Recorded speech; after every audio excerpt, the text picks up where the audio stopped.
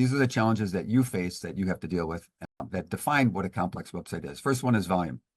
You have gigabytes or terabytes of data, content, information, images, documents. So the large volume is one definition that classifies you as a complex website. Within that data, you might have a variety of different types of things. Very often, you're going to have collections of images, documents, videos, PDFs, all of which have to be organized, linked together, and put together onto the website. So the wide variety of information is going to be another definition. But within that variety, and the fact that it's getting fed from lots of different sources, which we'll get to, you're going to have to deal with the veracity of that information. The data coming into the website, which is going to be an essential component of a complex website, is that it's being fed from someplace. Within those feeds, within the people entering the information, there's going to be errors, duplicates, omissions, unreliability, inconsistency of all that information coming in. And that's going to be something that's going to be a challenge. And then finally, the velocity, how often that information has to be changed. We've had a few clients having a challenge with building a website. In fact, one had an internal effort for several years to get all of the information, list a variety of information onto the website, and simply just couldn't keep up. It became an overwhelming task. Hiring more people kind of made it more complicated. And that's when they finally reached out to us and said, we've had a couple failed attempts at building a really big and complex website. Can you help? And 6 X's that also S's that define what a complex website is. The sources, the information is coming from a variety of different places inside your organization. Sales, engineering, marketing. You have an ERP system. The IT department has data. You might have a customer relation manager, CRM, information system, accounting, external APIs that you have to call. This is all the different places where that data is going to be coming from, making it even more complicated, different types of data coming from different places.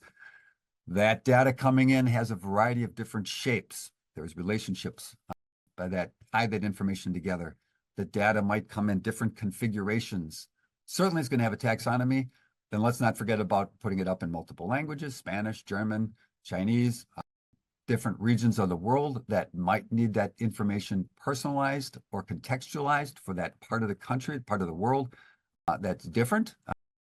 They have different ways of measuring horsepower in the United States than they do in Europe. And so you have to change and adjust the presentation of power-related products in different regions of the world.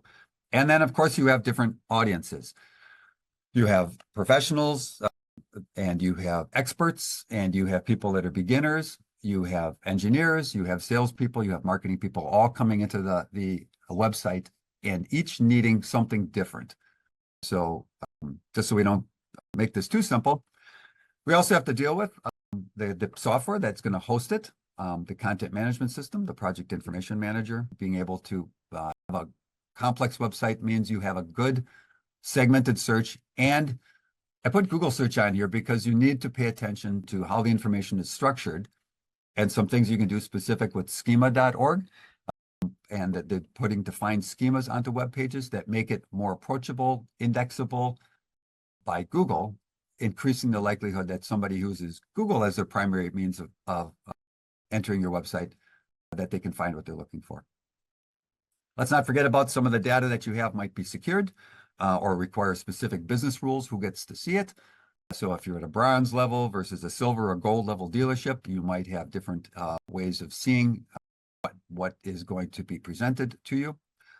And then finally, the last S of a complex website is having a successful way of having a conversion. That you want a success. At the end, bottom line, you want somebody to contact sales, download a spec sheet, build a wish list and submit it into the sales department, or print it out, build a catalog, or in some occasions have an e-commerce transaction.